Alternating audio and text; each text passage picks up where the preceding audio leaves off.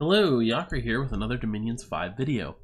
So, since I already broke my intended goal of doing my magic school videos in one-shots with the construction, I figured I'd break up enchantment into 3 chunks like I probably should have been doing with all of them to begin with.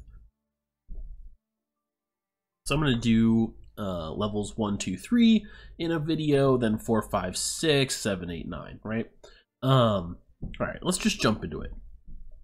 So enchantment is kind of a buffs and summoning themed school of magic, right? So in the early stages we've got some elemental resistances, resist magic, as well as summoning, skeleton summoning. There's a lot of undead summoning type stuff all the way through enchantment, including enchantment ironically has some of the best conjuration, right, not the spell school but the term, in the game, in my opinion. So let's see, this is not super great reanimation, not too bad great, but animate skeleton and animate dead are some of the best like spammable battlefield spells at level 1 in the game. I'm not sure if I want to say the best, but pretty close. They're very good. Healing Touch, as well as all other healing effects in Dominions 5 sucks dick. Not really a fan of healing effects, the way that they work. I'm trying to think if there's any that are actually useful. I want to say later on there's like some battlefield-wide healing that's kind of cool, but most of the time you'd want to cast healing far later than you can actually script anyway. So not really super great. Maybe someday we'll get like 10 rounds of scripting instead of only 5. That would be cool. Resistance to poison, resistance to poison is more of a niche thing. Only useful for certain strategies, not something that you want to use very often because poison damage is A, normally not very good, and B, pretty rare. Let's see, flight. It only gives your caster the ability to fly, so once in a while you could use it on a thug, but otherwise not too great. Water shield is, I believe, the same as air shield? No, make it difficult to hit in combat. Must give you a defense bonus or something, or give people in this chance. I'm not actually familiar because I haven't really done underwater combat almost ever in Dominions. Let's see. Breath of Winter. Yeah, this is pretty good. So Breath of Winter is really nice for a lot of nations that, does it show the scaling? I think this has scaling with your water magic pathing, right? So, and it's great for like Neefle giants and stuff, Neefle Jarls, right? Because they already have their cold aura, and you cast this, and I believe it stacks, increasing the size of your cold aura.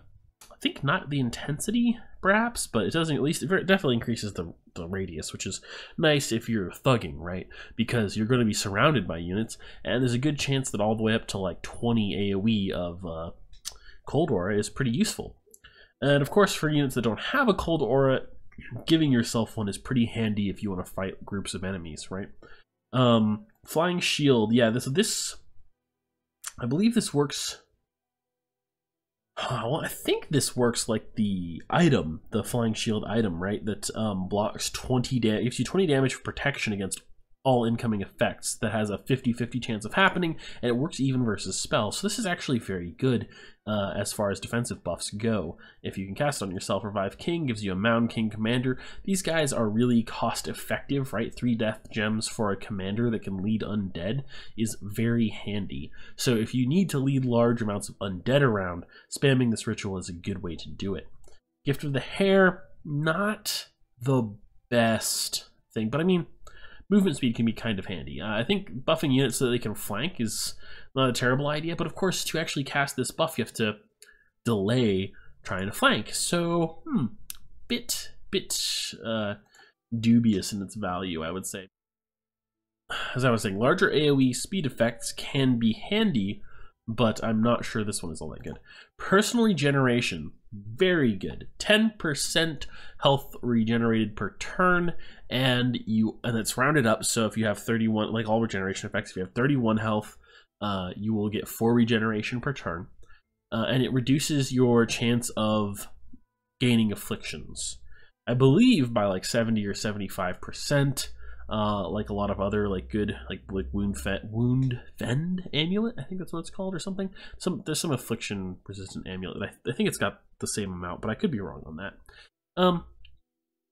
Also, for like with a lot of buffs, personal regeneration is going to stack with items and with blesses, but not with other spells. Similarly, like items and other items usually don't stack for spell-like effects, if such things could stack. Like if you got, I don't know if this is going to be true 100% of the time. Someone mentioned in another video, and I haven't gotten the opportunity to test this yet, that Hydra Skin and Ring of Regeneration do stack, which is not what I would have expected, because generally speaking in Dominions, effects from the same type of source don't stack, and the types of sources are innate, item, spell, and bless, right? So 2 blesses of the same type, same thing, if that such thing existed, which it doesn't actually, don't stack, right? And 2 spells of the same effect don't stack, and 2 items of the same effect don't stack. When I say same effect, I don't mean like a defense bonus, right? Defense and strength bonuses and stuff, those do stack, but things like Iron Skin from 2 sources, you just get 1 Iron Skin effect. Of course, Iron Skin wouldn't stack anyway, but you know, you get the idea.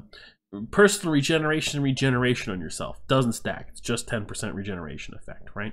However, if you're a unit that has regeneration and you cast personal regeneration, now you have 20% regeneration. I think there are also some special cases, like, I could totally be wrong about this, but I have this vague memory that someone mentioned there being like a cap on regeneration of like 20 or 30%. You can't go over that unless you have one of those units that has like an innate 50% regeneration or something, but it feels wrong to me, but maybe that's the case. I want to say someone at least told me that. I don't know if it's actually true, so maybe I should just shut up about it, but whatever. Let's see. Fire Shield. Fire Shield is not that good unless you have very high fire magic. If you do have very high fire magic or a Fire Shield effect already on you to stack this with, I believe they do stack, again, as long as it's separate sources. It's pretty good. The main thing is that I think this starts at like 6 strength, I want to say. If you had fire magic like 4 or 5, this could be pretty okay, because it's an amount of it equal to the length of your weapon is negated. So if you had Fire Shield 4 and you have a weapon length of 4, the Fire Shield effectively doesn't exist. However, if you have Fire Shield 8 and a weapon length of 4, well, 4 of the damage is going to hit. And it's armor piercing damage.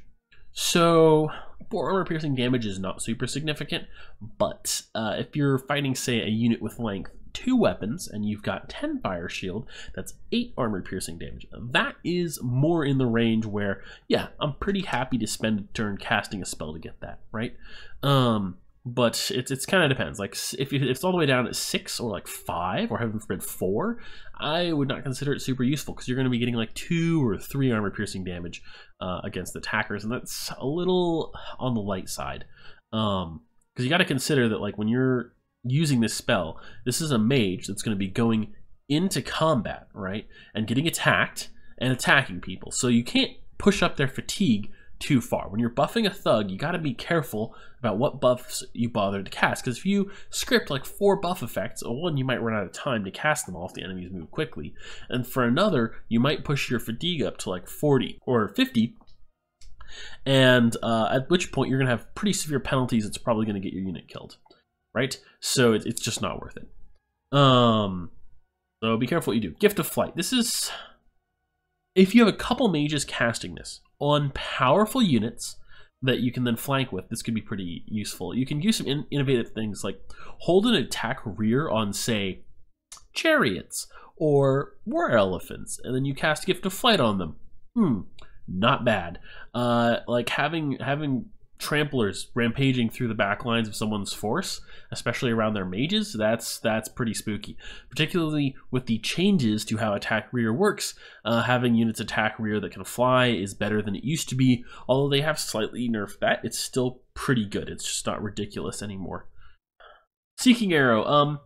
These spells sort of like hit a leader in a province. Maybe you kill them, maybe you don't. I think they actually deal damage, so it's less likely to kill like giants and such. not super valuable, especially it kind of changes throughout the ages. But situationally, like if you're targeting like yogis and you're targeting a Bandar log leaders, you might feel a little bit better about casting this, but for the most part, it's going to be a lot more miss than hit. This is a pretty okay Clayman. I should always say the name. Clayman is a pretty okay summoning effect. They're not very powerful, but it does scale with your strength in water magic. So if you have like 3 water magic, 1 earth magic, this is a pretty good spell. 2 extra Claymen for 5 water gems. Water gems being relatively low value gems compared to at least like nature gems, death gems. These are pretty okay in the early game. Now these are the ones with they never regenerate damage. So units that are mindless and like actually okay quality that you can easily access are fairly valuable for their utility, right? Because you can overcome effects like awe, right? With this, and you can also send them in to fight things that have like fear auras, right? And regeneration, of course, if they don't get killed too quickly, is quite handy for them to have. Strength of Giants. This is super good. AoE 25, I believe it's like +4 strength, I think. I can't remember if that's actually correct.